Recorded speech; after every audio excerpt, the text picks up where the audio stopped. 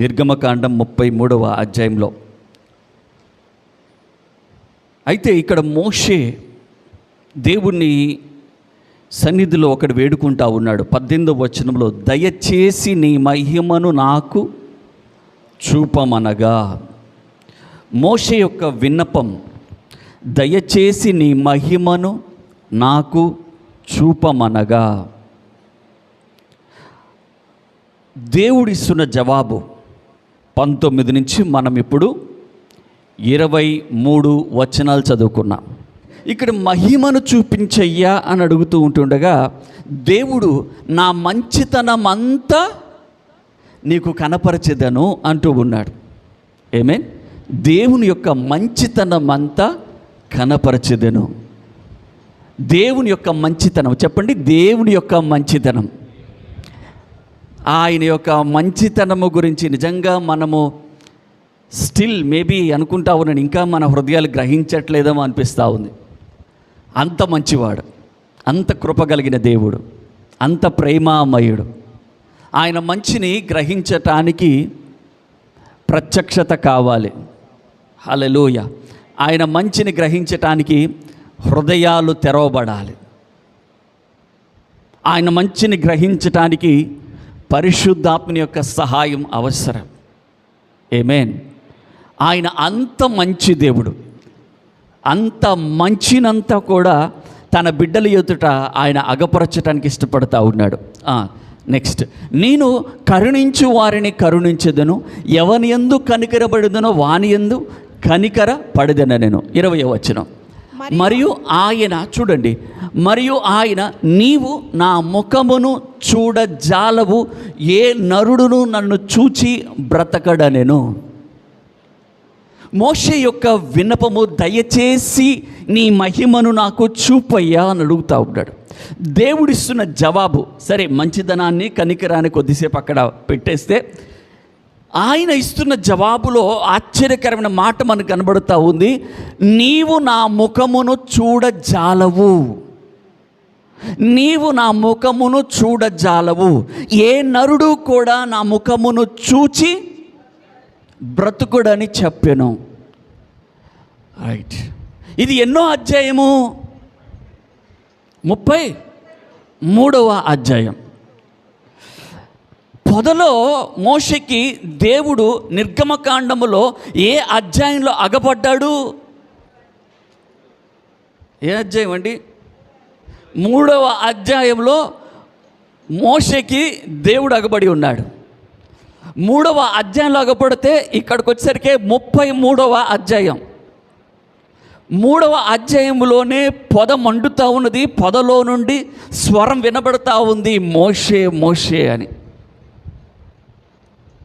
మోషేకి దేవుడు తన్ను తాను పరిచయం చేసుకున్నాడు. గడిచిన ఆదివారం మనం ఈ మాటలు అనేకమైనవి విన్నాం. దేవుడు పరిచయం చేసుకున్నాడు. నేనే ఉన్నవాడును అనువాడును అన్నాడు. మీ పితరుల దేవుడును అన్నాడు. అబ్రాహాముకి, ఇస్సాకి, యాకోబుకి ఇచ్చిన వాగ్దాన చొప్పున నేను దిగి వచ్చాను అన్నాడు. ఇదిగో నా ప్రజలను నడిపించాలి, నువ్వు నాయకుడిగా ఉండాలి అన్నాడు. నీ ద్వారా నా కార్యాలు చూపిస్తా అన్నాడు. అనేకమైన అద్భుతాలను దేవుడు జరిగించాడు మోషే ద్వారా. దాని తర్వాత మోషే తరచుగా అందరూ చెప్పండి, తరచుగా ఎక్కడికి వెళ్ళేవాడండి అంటే సీనాయి కొండ మీదకి వెళ్ళేవాడు. సీనాయి కొండ మీద దేవుణ్ణి కలుసుకునేవాడు. సీనాయి కొండ మీద దేవునితో ముచ్చటించేవాడు. ఆ సన్నిధి, ఆ మహిమలో ఎలాగబడదండి అంటే, ఒక స్నేహితుడు గనుక ముఖాముఖిగా మాట్లాడుతున్న విధముగా మోషే దేవుడితోనంట మాట్లాడుతూ వచ్చేవాడంట. హల్లెలూయా. ఎంత గొప్ప కృపని మోషే పొందుకున్నాడు. ఆ స్వరానికి, ఆ శబ్దానికి మేము నిలవనేరమయ్యా, మోషే నువ్వు ఒక్కడివే వెళ్ళు. మోషే ఒక్కడే దేవుని సన్నిధికి వెళ్ళటం, మోషే ఒక్కడే దేవుని సన్నిధి నుంచి తిరిగి రావటం మనం చూస్తూ ఉన్నాం. మోషే ఆ కొండ మీద నుంచి దిగి వస్తున్నప్పుడు ఆయన ముఖము ఎలా ఉందంట? మహిమతో ప్రకాశిస్తూ ఉన్నదంట. అటువంటి మహిమను చూసినవాడు, అటువంటి కార్యాలను చూసినవాడు, దేవుని యొక్క బలాతిశయములను చూచినవాడు, దేవుని యొక్క బలమును చాలా దగ్గరగా రుచి చూచినవాడు, నిజంగా మోషే వంటి నాయకుడు ఎవరు లేరండి. ఆమేన్. హల్లెలూయా. 3వ అధ్యాయంలో ప్రారంభమైంది. అంతకుముందే నిజంగా దేవుని కృపను బట్టి మోషే రక్షించబట్టమే కానీ, తప్పించబట్టమే కానీ, ఎదగటమే కానీ, ఇవన్నీ కూడా దేవుని ప్రణాళికే. సరే, 3 నుంచి మనం చూస్తే 33కి వచ్చేసరికి 33లో మోషే ఏమడుగుతున్నాడు? దయచేసి నీ మహిమను నాకు చూపమనక. 18లో ఏముందండి? ఇప్పుడు మీకు ప్రశ్న, అంతకుముందు మోషే మహిమను చూడలేదా? అంతకుముందు మోషే మహిమను చూడలేదా? దేవుని మహిమను చూడలేదా? అన్ని లక్షలాది మంది ప్రజలలో నాకు తెలిసి మోషేనే చాలా దగ్గరగా దేవుడు ఏంటో చూశాడు, దేవుడి బలాన్ని చూశాడు, దేవుని మంచితనాన్ని చూశాడు, దేవుని కృపలను చూశాడు, దేవుని కార్యాలను చూశాడు. హల్లెలూయా. కానీ ఇక్కడ మరలా మోషే ఒకటి అడుగుతున్నాడు, అయ్యా అయ్యా అయ్యా నీ మహిమను నాకు చూడాలనుంది, నీ మహిమను నాకు చూపయ్యా, నీ మహిమను నాకు చూపయ్యా, నీ మహిమ నాకు చూపయ్యా అని మోషే దేవుణ్ణి గోజాడుతూ ఉన్నాడు. అంటే ఇక్కడ తెలుగు అనువాదంలోనే కానీ, లేకపోతే హీబ్రూ భాష నుంచి ఇక్కడికి మన దగ్గరికి వచ్చిన ట్రాన్స్లేషన్లోనే కానీ అందులో ఎంతో లోతైన అర్థం ఉందని మనం గ్రహించాలి. ఎందుకంటే మోషే ఆల్రెడీ ఎన్నో చూశాడు. కానీ ఇక్కడ మోషే ఒకటి ఆశపడతా ఉన్నాడు, ఏంటి అంటే, ఇన్ని చూపించావు, ఇన్ని చేశావు, ఇన్ని చూపించావు, నీ ముఖాన్ని ఒక్కసారి చూడాలనుందయ్యా. హల్లెలూయా. నీ ముఖాన్ని నేను ఒకసారి చూడాలనుందయ్యా. ఈరోజు మీ అందరికీ ప్రశ్న, అందరూ నా వైపే చూడండి ఒకసారి. మీ అందరికీ ప్రశ్న, ఈరోజు నీవు దేవుని మందిరానికి ఎందుకోసం వచ్చావు? ఏదైనా టైంపాస్కి వచ్చామా? లేకపోతే ఆదివారం కదా అని వెళ్ళాలి అని వచ్చామా? లేకపోతే అక్కడికి వెళ్తే ఏదైనా కార్యములు నా జీవితంలో జరుగుతాయన్నట్లు వచ్చామా? ఒక విశ్వాసి యొక్క గమనము ఎలాగుండాలి అంటే ఎస్పెషల్లీ న్యూ టెస్టిమెంట్, క్రొత్త నిబంధన సంఘం యొక్క ప్రత్యక్షత ఎలాగుండాలండి అంటే, నేను నా దేవుని ముఖకాంతిని కనుగొనాలి అనే ఆశతో రావాలి. హల్లెలూయా. నా దేవుని, నా ప్రభుని ముఖకాంతిని నేను కన్నులారా చూడాలి. ఆమేన్. అది నువ్వు మందిరానికి వచ్చినప్పుడే కానీ, నువ్వు వాక్యం చదువుతున్నప్పుడే కానీ, నీవు దేవుని సేవకుల నుంచి మాటలు వింటున్నప్పుడే కానీ, I want to see his glory. నేను దేవుని మహిమను, దేవుని ముఖకాంతిని నేను కన్నులారా చూడగలగాలి. హల్లెలూయా. ఎందుకంటే ఒక్కొక్కరం ఒక్కొక్క ఆలోచనతో ఇక్కడికి వస్తాం, అందరం ఒకే ఆలోచనతో వస్తామనే గ్యారంటీ ఇక్కడ లేదు. ఎందుకంటే మనం శరీరంలో ఉన్నాం. నీకెన్నో పనులు ఉండొచ్చు, ఆ పనుల గురించి ఆలోచనతో ఇక్కడికి రావచ్చేమో. నీకెన్నో బాధలు ఉండొచ్చు, ఆ బాధల గురించిన ఆలోచనతో ఇక్కడికి రావచ్చేమో. నీకెన్నో భయాలు ఉండొచ్చు, ఆ భయాలతోటి నువ్వు ఇక్కడికి రావచ్చేమో. తప్పు లేదు. కానీ ఈ ఉదయకాలం పరిశుద్ధాత్మ దేవుడు నిన్ను ఒక సర్వసత్యములోనికి నడిపించడానికి ఇష్టపడుతూ ఉన్నాడు. ఆయన ముఖకాంతి కనుగొనటానికి మనము వచ్చే వారముగా ఉండాలి. హల్లెలూయా. దేవుని యొక్క ముఖకాంతిని కనుగొనటానికి వచ్చే వారంగా ఉండాలి. ఎందుకండి అంటే మోషే ఎన్నో చూశాడు. నిజంగా సాధారణంగా మాట్లాడుకోవాలండి అంటే మోషే విశ్వాసం ఎక్కడ, మన విశ్వాసం ఎక్కడ? మోషే భక్తి ఎక్కడ, మోషే సమర్పణ ఎక్కడ, మన భక్తి మన సమర్పణ ఎక్కడ? సాధారణంగా మాట్లాడుకుంటే. కానీ క్రీస్తులో నుండి మాట్లాడుకుంటే ఈ మాట గ్రహించండి, మోషే కన్నా నీవు నేను మనమందరం ధన్యులం. హల్లెలూయా. ఎందుకంటే అంటే సిలువ రక్తము, నిజమైన పవిత్రమైన రక్తము చేత కొనబడిన వారము మనము. వాళ్ళు ఛాయలో ఉంటే మనము నిజమైన కృపలో మనమున్నాం. ఆమేన్. హల్లెలూయా. దీన్ని ఈ తరము వారు గుర్తెరగాలి. ఈ తరము వారు ఈ సంగతిని గుర్తెరుగుతే, ఎందుకండి అంటే మహిమ సంఘము ఎలాగుండబోతుందని ఇలాంటి మోషే, అబ్రహాము మొదలుకొని ఇలాంటి గొప్ప గొప్ప భక్తులు తొంగి చూస్తున్నారండి. మన కోసం తొంగి చూస్తున్నారు. మహిమా సంఘము ఎలాగుండబోతుంది, వధువు సంఘం ఎలాగుండబోతుంది, రక్తమిచ్చి కడగబడిన సంఘం ఎలా ఉండబోతుంది, ఆత్మచేత నింపబడిన సంఘం ఎలా ఉండబోతుంది, గొర్రె పిల్ల యొక్క వధువు ఎలాగుండబోతా ఉంది అని భక్తులందరూ, ఇలాంటి భక్తులందరూ తొంగి చూస్తూ ఉన్నారు. అందుకే ఇంత గొప్ప సాక్షి సమూహము మనల్ని ఆవరించి ఉంటే సులువుగా చిక్కులు పెట్టే పాపాన్ని మనం ఎందుకు విడిచిపెట్టట్లేదు అని హెబ్రీ గ్రంథకర్త అంటూ ఉంటాడు. వాటిని విడిచిపెట్టే వారంగా ఉండాలి. ఎందుకు? నా ప్రత్యక్షత వేరే, నా పిలుపు వేరే, నా గుర్తింపు వేరే, నా ఏర్పాటు వేరే. ఆమేన్, హల్లెలూయా. మోషే, అయ్యా నీ మహిమను చూడాలి, ఎన్ని చూపించావు, నిన్ను నువ్వు బయలుపరుచుకున్నావు, అయ్యా చివరి దర్శనానికి వస్తూ ఉన్నాను, నాకు నీ మహిమను చూడాలనుంది. చదవండి, కిందికి రండి. 20 వచనం చదవండి. మరియు ఆయన, నీవు నా ముఖమును చూడజాలవు, ఏ నరుడు నన్ను చూచి బ్రతుకడనెను. మరియు యెహోవా, ఇదిగో నా సమీపమున ఒక స్థలం ఉన్నది, నీవు ఆ బండ మీద నిలువవలెను. నా మహిమ నిన్ను దాటి వెళ్ళుచుండగా ఆ బండ సందులలో నిన్ను ఉంచి నిన్ను దాటి వెళ్ళు వరకు నా చేతితో నిన్ను కప్పెదను.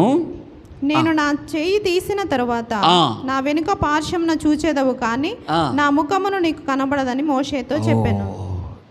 అంటే మీకు ఇక్కడ అర్థమవుతుందో లేదో, మోషే దేవుని మహిమను చూచి ఎక్కడ చచ్చిపోతాడో అని దేవుడు మోషేని కాపాడటానికి సమీపంలో ఒక బండ పెట్టి ఆ బండ సందులో ఆయన దాచి చేత్తో ఇలా కవర్ చేసి, ఈ మహిమ నువ్వు చూస్తే చచ్చిపోతావు మోషే, కాబట్టి నువ్వు బ్రతకాలి అంటే కేవలం నా వెనక భాగం మాత్రమే చూడగలుగుతావని మోషేకి ఆ కొద్ది భాగాన్ని చూడటానికి దేవుడు పర్మిట్ చేసి ఉన్నాడు. హల్లెలూయా, దేవునికి మహిమ కలుగునుగాక. ఆమేన్. సమీపంగా ఏముంది చెప్పండి? సమీపంగా ఏమున్నది? బండ. అందరు గట్టిగా చెప్పండి, వెనకలలో బండ. హల్లెలూయా. ఆ బండ సందులో ఎవరిని పెట్టాడు? ఆమేన్. ఈరోజు నీకు నాకు ఉన్న గొప్ప ధన్యత ఏంటి తెలుసా? నిజమైన క్రీస్తు అనే బండ మీద మనమందరం కట్టబడతా ఉన్నాం. ఆమేన్, హల్లెలూయా. దేవునికి మహిమ కలుగునుగాక. నిజమైన క్రీస్తు అనే బండ మీద మనం కట్టబడతా ఉన్నాం. రైట్. ఒకసారి భక్తుడైన దావీదు దగ్గరకు వద్దాం. 63వ కీర్తన 1వ వచనం. 63వ కీర్తన 1వ వచనం చదవండి అమ్మా. దేవా, నా దేవుడవు నీవే, వేకువనే నిన్ను వెదకెదను. నీ బలమును నీ ప్రభావమును చూడవలనని పరిశుద్ధాలయమందు నేనెంతో ఆశతో నీ తట్టు కనిపెట్టుచున్నాను. నీళ్లు లేక ఎండి ఉన్న దేశమందు నా ప్రాణము నీ కొరకు తృష్ణగొని ఉన్నది. నీ మీద ఆశ చేత నిన్ను చూడవలనని నా శరీరము కృషించుచున్నది. ఆమేన్. చాలండి. మొదటి వచ్చింది. మరొకసారి ఇక్కడ చూస్తే కీర్తనకారుడైన దావీదు ఒకటి ఆశపడతా ఉన్నాడు. To see thy power and your glory, so as I have seen thee in the sanctuary.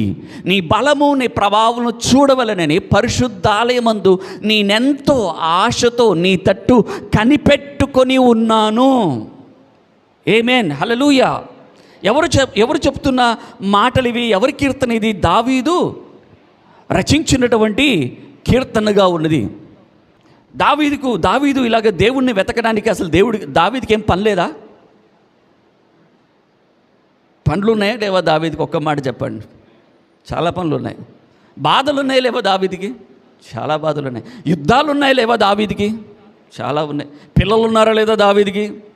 భార్య ఉందా లేదా, కుటుంబం ఉందా లేదా, రాజ్యం ఉందా లేదా, ఒక పొజిషన్ ఉందా లేదా, ఇన్ని ఉన్న దావీదు ఏం చేస్తున్నాడు? వేకువనే నిన్ను వెతకాలని ఆశతో తన ప్రాణమంట తృష్ణగొనుచున్నది అంట. ఆమేన్, హల్లెలూయా, హల్లెలూయా. చెప్పండి, దావీదు చాలా బిజీ అయినా వేకువనే, చెప్పండి, వేకువనే దేవుణ్ణి వెతకటానికి తన్ను తాను సమర్పించుకుంటూ ఉన్నాడు. నా సంగతి ఏంటి? నీళ్లు లేని ఎండి ఉన్న దేశమందు నా ప్రాణము నీ కొరకు తృష్ణగొని ఉన్నది. లైక్ ఎలాగుందండి అంటే, తన ప్రాణము ఒక చేపను గనక నీటిలో నుంచి తీసి బయటపడేస్తే ఎలాగైతే విలవిలలాడుతూ ఉంటుందో అలాగా తన ప్రాణము విలవిల కొట్టుకుంటూ ఉంది. దేనికోసం? దేవుని యొక్క సన్నిధిని వెతకాలని, దేవుని సన్నిధిని చూడాలని, దేవుని సన్నిధిలో ఆనందించాలని, ఆయన పరిశుద్ధాలయంలో దేవుణ్ణి స్తుతిస్తూ నాట్యమాడాలని దావీదు ఎంతగానో ఆశపడతా ఉన్నాడు. దాని కొరకు దావీదు విలవిలలాడుతూ ఉన్నాడు. చెప్పండి, దాని కొరకు దావీదు. ఎందుకు ఈ మాట చెప్పిస్తా ఉన్నాడంటే, మీ ఆత్మ, మీ ప్రాణం, మీ ఆలోచనలు దేవుని సన్నిధి కొరకు విలవిలలాడాలి. హల్లెలూయా. విలవిలలాడనంతసేపు దేవుడు నిన్ను తీసి నీళ్ళల్లో వేయడు. మనం ఒక కంఫర్ట్ జోన్లో ఉండిపోతూ ఉన్నాం. బిందాస్ అనుకుంటూ జీవిస్తూ ఉంటారు విశ్వాసులను. నీ మీద దేవుడు చాలా భారాన్ని పెట్టి ఉన్నాడు.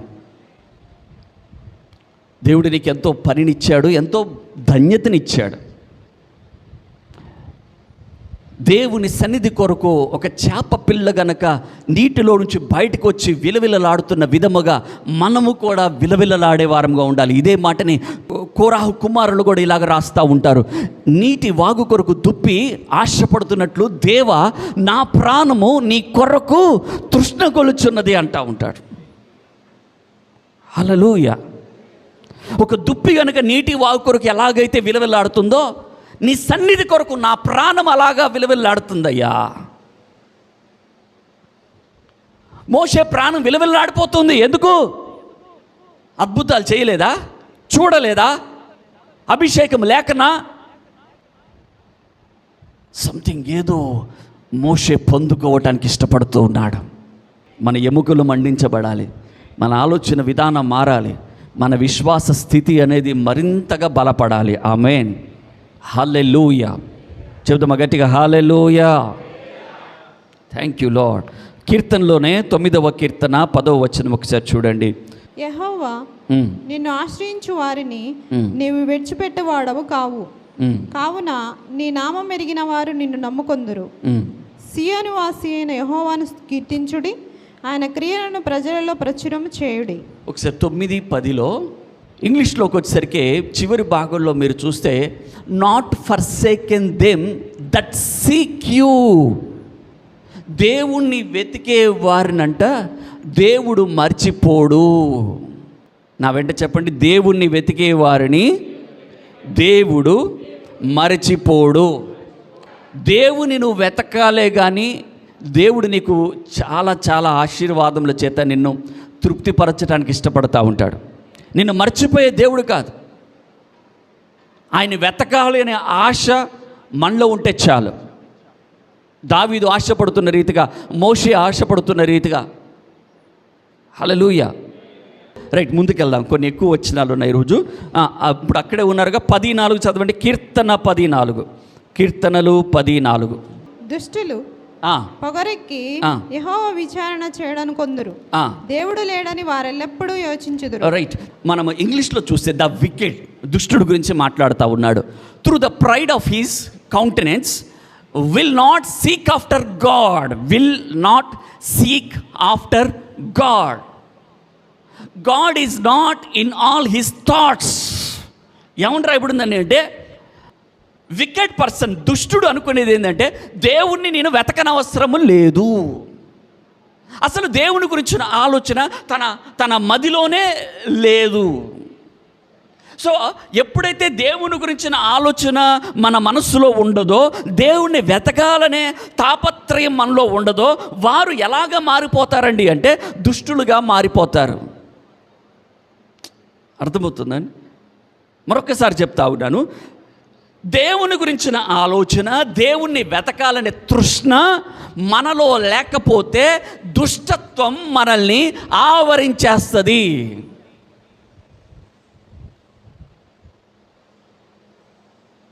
చాలా డేంజర్. దేవుణ్ణి వెతకకపోతే ఈ ప్రమాదము పొంచి ఉన్నది.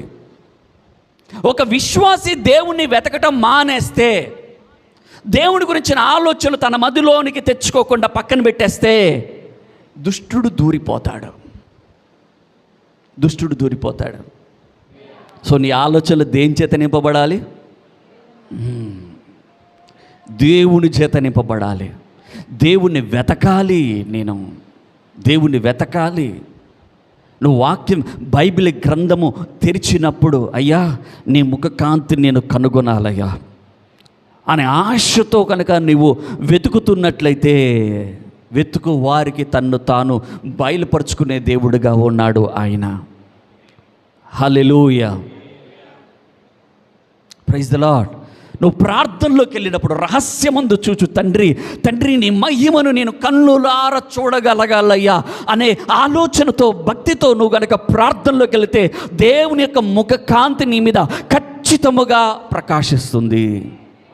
నువ్వు ఆయన్ని వెతకటం కనుక అలవాటు చేసుకుంటే దేవుడు నీకు తన స్వరాన్ని ఖచ్చితంగా వినిపిస్తాడు. తన దర్శనాల్ని ఖచ్చితంగా దేవుడు నీకు చూపిస్తాడు.